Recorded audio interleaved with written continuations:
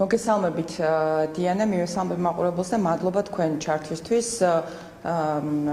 დავიწყოთ იმით, რომ ჩვენ დიდი ხანია ხმები მოგდის, რომ რაღაც კიდევ გეგმავენ გახარიას წინააღმდეგ და როგორც ჩანს ეს სუსის ფილიალი რუსთავიორის ეს მორიგი ტყუილების აბსოლუტურად დეზინფორმაციული სიუჟეტიც როგორც ჩანს ოცნება ცდილობს რომ ამითი რაღაცა პიარულად ნიადაგი მოამზადოს. მე გავახსენებ საზოგადოებას, თქვენ კი გახსოვთ განსაკუთრებით არჩევნების მოახლოებასთან ერთად, მაგრამ არა მხოლოდ, ზოგადად გახარიას წინააღმდეგ, მათ შორის სუსის ფილიალი რუსთავი 2 რამდენად აქტიურად იყო გამოყენებული პერსონალურად გახარიას წინააღმდეგ დაწყებული, როდესაც ნარკომანობა დააბრალეს, კოკაინშიკობის ბრალდება, რომელზეც შემდგომ ამაზე თავად ლიდერები საუბრობდნენ და ყველას გვიწევდა ამაზე ლაპარაკი, ანუ კონკრეტული მედია საშუალების ექსკლუზივი არ იყო ეს თემა.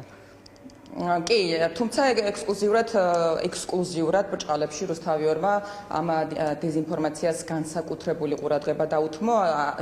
შემდგომი ტყუილი ექსკლუზივი იყო, რომ თითქოს მიშას შეხვდა სააკაშვილს გახარიას, ეს აბსოლუტური ტყუილი იყო, ასევე ბრალდება, რომ თითქოს კეზერაშვილი აფინანსებს. ეხლა იცით, რომ ოცივნის მიუბრუნდნენ ჩორჩანას საქმე, ზოგადად ოცნებაზე მაქვს ხო საუბარი ამ შემთხვევაში. რუსთავი 2 უბრალოდ იარაღია მათ ხელში, სახელმწიფო გადატრიალების მოწყობა. ეს იქცევა საქმედ როგორ ფიქრობთ და თავად აი ამ ბინის შეძენაზე პარტიის პოზიცია მისი კონკრეტული რა არის განცხადება? აუცილებლად გეტყვით, ამით დავიწყე დიანა პასუხი პირველ კითხვაზე. ჩვენ დიდი ხანია ეს ხმები მოგდის, რომ რაღაც ახალს გეგმავენ გახარიას წინააღმდეგ და შესაძლოა ესეც იყოს. რაც შეეხება კონკრეტულ ბინას, მე მინდა სიუჟეტშიც შევეხო, მაგრამ ჯერ ბინას შევეხები. თქვენ იცით, რომ გიორგი გახარია, როდესაც საქართველოში დაბრუნდა, მანამდე ის ბიზნეს საქმიანობით იყო დაკავებული, მას ჰქონდა გარკვეული კაპიტალი, რა თქმა უნდა, დაგროვებული და აბსოლუტურად ღიად და საჯაროდ, როდესაც მან შეიძინა, მისმა ოჯახმა შეიძინა პარიზში ბინა, ეს იყო 2020 წელს და შესაბამისად ის ასახა 2021 წლის დეკლარაციაში, თავად ასახა.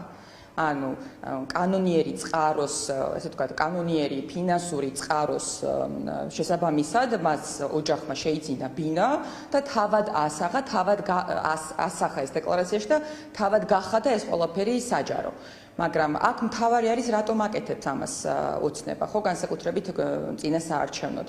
მე იმიტომ ჩამოვთვალე ყველა ის ტყუილი და დეზინფორმაცია, რომელიც ჩამოვთვალე, იმიტომ რომ ეს არ არის პირველი შემთხვევა, როდესაც ესეთ ტყუილებს ავრცელებენ გახარიას და გახარიას ოჯახის წინააღმდეგ დაიწყეს ახლა, ხო, იგივე სიუჟეტი, რომელიც თქვენ ალბათ ნახეთ.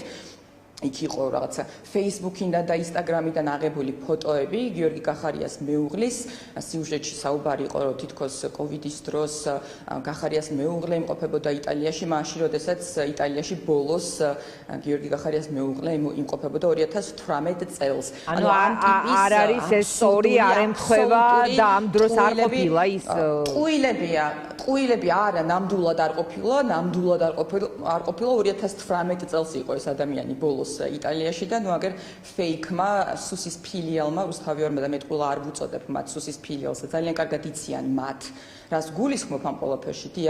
დიახაც რომ სუსის ფილიალმა რუსთავი 2-მა აი ეს ფეიქი დეზინფორმაცია შექმნა რაღაცა Facebook-ის და Instagram-ის ფოტოებით. კი ბატონო, ეს არის რაღაც წინასაარჩევნო პერიოდში დაზიანების მცდელობა, მორიგი რაღაც საარჩევნო კამპანიის თანდევი. ისევე როგორც ნებისმიერი სხვა ფეიქ კამპანია, ისევე როგორც ნებისმიერი სხვა ფეიქ კამპანია, აღარ გავიმეორებ ჩამონათვალს, რომელიც ჩვენ არაერთი გვინახავს აბსოლუტური ტყუილები გიორგი გახარიას წინააღმდეგ. სხვათა შორის COVID-ის თემას მინდა შევეხო, დღეს ვიღაცაებმა ოცნების წარმომადგენლებს გაუკეთებიათ კომენტარები, ეს იგივე ინდივიდები არიან, რომლებიც თითი ამბებს უძღვნიდნენ გიორგი გახარიას, მათ შორის COVID-ის მართვის პერიოდში, იმიტომ რომ თქვენ გახსოვთ COVID-ის მართვა, როგორც განხორციელდა და განსაკუთრებით პირველი ტალღები, საწყისი პირველი, მეორე, მესამე ტალღა, მაშინ არ მხოლოდ ქვეყნის შიგნით, არამედ საერთაშორისო გამოხმაურებები იყო,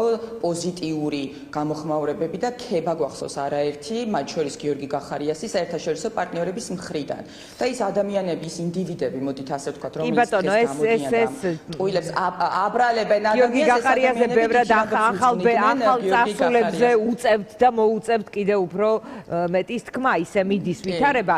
მე მინდა უცებად კითხოთ საარჩევნო შედეგის დადება, როგორ გესახებათ მაშინ, როდესაც დღეს აკეთებთ ბრიფინგს, რომ გახარიას გუნდი, თქვენი თანაგუნდელები, ზაზა თავაძის ბრიფინგი იყო, რომ ზეწოლა დევნაა და ვიღაც კანდიდატები, ეს თქვით, უარს ამბობენ. ანუ ამ პირობებში ისედაც გართულებულ გარემოში და ისედაც ნაწილობრივი მონაწილეობის ფონზე რა ტიპის შედეგის ჩვენება შეგიძლიათ?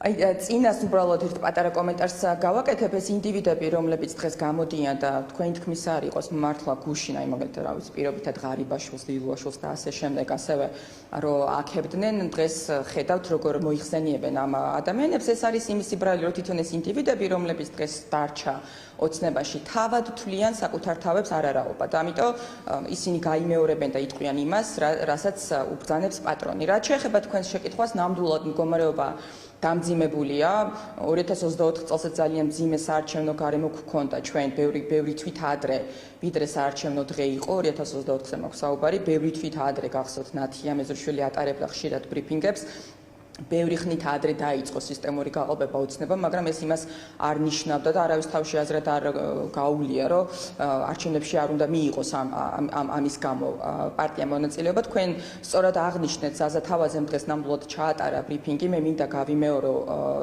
ჩვენს მაყურებელს ვუთხრა, სამი კონკრეტული შემთხვევა, უფრო მეტი შემთხვევაა, მაგრამ კონკრეტულ სამ საქმეზე გავამახვილებ ყურადღებას. ახმეტაში კონკრეტულად ჩვენს მაჟორიტარზე დავით მარგუშულზე ხორციელდება და ხორციელდებოდა ზეწოლა, მათ შორის ოცნების მაღალჩინოსნები დეპუტატები იღებდნენ ამ მათ შორის მაგალითად როგორიც არის ჩვენი ინფორმაციით ირაკლი ქადაგიშვილი ამ ზეწოლაში მონაწილეობას და მას შემდეგ რაც დავითმა შეძლო, ყველა ვერ უძლებს ხო ამ სტრესს ბუნებრივია და ამ ზეწოლას ყველანი ადამიანები ვართ, თუმცა ბატონი მარგოშვილი ეს შემთხვევა არ იყო, როდესაც მან უარით გაისტუმრა ოცნების წარმომადგენლები და გაუძლო ამ ზეწოლას, ის დღეს გაათავისუფლებს სამსახურიდან. არის შემთხვევები, როდესაც ადამიანები ამ ზეწოლას ვერ უძლებენ სამწუხაროდ ლანჩხუთში გოჩა შავაძემ მოხსნა კანდიდატი დარეგისტრირების შემდეგ იგივე სენაკში იყო ადამიანი რომელიც საკუთარი მან ხატა სურვილი მისი ინიციატივა იყო რომ ყოფილიყო მაჟორიტარი ერთ-ერთ სამაჟორიტარო ოლქში სენაკის მუნიციპალიტეტზე მაქვს საუბარი შემდგომ დაწერა განცხადება და ჩახსნა კანდიდატურა ეს кейსები სამწუხაროდ ბევრია სხვათა შორის ერთ-ერთი მიზეზი რის გამოც თქვენ დააკვირდებოდით კიდევაც ხო როდესაც მერების კანდიდატები წარვადგინეთ ზუსტად იმის გამო რომ ჩვენ ვცდილობთ მაქსიმალურად დავიცვათ ჩვენი წევრები და გუნდის წევრები და კანდიდატები განსაკუთრებით რეგიონში აღუწერელი ზეწოლის ქვეშ უწევთ ადამიანებს პოლიტიკური საქმიანობის განხორციელება ერთ-ერთი მიზეზი რის გამოც ცენტრალური პოლიტიკური სახე არის არაერთ მუნიციპალიტეტში წარდგენილი მერობის კანდიდატად ეს არის ზუსტად მიზეზი ამით ვცდილობთ რომ რაღაცნაირად კი ბატონო მინდა კიდევ ერთი თემა მოვასწრო გუნდის წევრები დავიცვათ კი ბატონო არჩევნების დღეს ასევე საუბარია მოკლედ რამდენიმე მიმართულებაზე არჩევნებში ეს თქვით მიმავალი ოპოზიცია, ასევე რაღაც 4-ში ვიწყებთ ვამთავრებთ მოძრაობა და ასევე პერმანენტული კრიზისით და ბოიკოტით და პროტესტით დავასუსტოთ და სადღაც ჩამოიშლებიან. აი როგორ უყურებთ ახლა ამ პროცესს 4-ში მაგალითად ლელო ამბობს რომ საარჩევნო უბნების დახურვის შემდეგ ისინიც გავლენ ქუჩაში. თქვენ რას იზამთ 4-ში არჩევნებს მიღმა რა გეგმაა? მე ოპოზიციურ სპექტრს ზოგადად ჩვენ ვდგავართ ყოველთვის იქ სადაც არის ჩვენი ამორჩეველი ეს ზოგადად მაგრამ უფრო კონკრეტული რო ვიყო მე ოპოზიციურ სპექტრს დღევანდელს სამ ნაწილად გავყოფდი პარტიები რომლებიც ვიღებთ არჩევნებში მონაწილეობას პარტიები რომლებიც გამოდიან და ამბობენ რომ მოვახდენთ დამხობას და რევოლუციას სხვათა შორის ამას წინათ თქვენს ეთერში მოვკარი პირადად თქვენთან დიანა ყური ნაცმოძრაობის რომელიღაც ლიდერი საუბრობდა და თქვა რომ მე არ ვიღებ პასუხისმგებლობას 4-ში დაგეგმილ რევოლუციაზე 4 რაღაცა მსგავსი ფრაზა თქვა ამ ადამიანმა და არის მესამე ნაწილი ოპოზიციური ლიდერების რომლებიც ჩვენ ემას ხოთა შორის ამას წინათ და მომეწონა მეც გავიმეორებ სეირის მაყურებლები უწოდა ერთგვარად ჩასაფრებულ პოზიციაში მყოფი პოლიტიკური ლიდერები რომლებიც ერთ გზაზეც და მეორე გზაზეც ამბობენ უარს და ნუ არ ვიცი ამ ადამიანებს გონიათ როგორც ჩანს რომ ეს ოცნება თავისით ჩამოიშლება და იმის ნაცვლად რომ ოცნებას ებრძოლონ, ალბათ ჩასაფრებული პოზიციით გამოვლენ და მე იტყვიან რომ აი ხომ ვამბობდით რომ ეს არჩევნები, აი ხომ ვამბობდით იმას ამას. ჩვენი გუნდი იქნება იქ, სადაც იქნება ჩვენი ამორჩეველი, მაგრამ დიანა, ჩვენი პოზიცია თქვენ ძალიან კარგად იცით, არანაირ რადიკალურ სცენარში, არც ერთ რადიკალურ სცენარში ჩვენი გუნდი მონაწილეობას არ მიიღებს. რატომ? იმიტომ რომ გვჯერა ამისი რომ ნებისმიერი რადიკალიზაცია დიანა ამ ქვეყანაში, ისევე როგორც ეს იყო 90-იან წლებში და დარწმუნებული ვარ თქვენ ჩემზე კარგად გახსოვთ, ისევე როგორც 90-იან წლებში ნებისმიერი რადიკალიზაცია, ნებისმიერი არეულობა ამ ქვეყანაში აწყობთ რუსულ სპეცსამსახურებს, ეგრეთ წოდებულ კგბ-ს. არანაირ რადიკალურ სცენარში ჩვენი გუნდი არ მიიღებს მონაწილეობას, ზოგადად შემიძლია გითხრათ ის, რომ ჩვენი გუნდი იქნება იქ, სადაც იქნება ჩვენი ამორჩეველი. თქვენმა ამორჩეველმა რომ გადაწყვიტოს 4-ში საღამოს ქუჩაში გასვლა, ანუ შემდეგ რა ხდება? კიდევ ერთხელ ვამბობ, ქუჩა და არჩევნები ერთმანეთს არ გამორიცხავს, მაგრამ ქუჩა უნდა იყოს კანონის ფარგლებში, ცალსახად.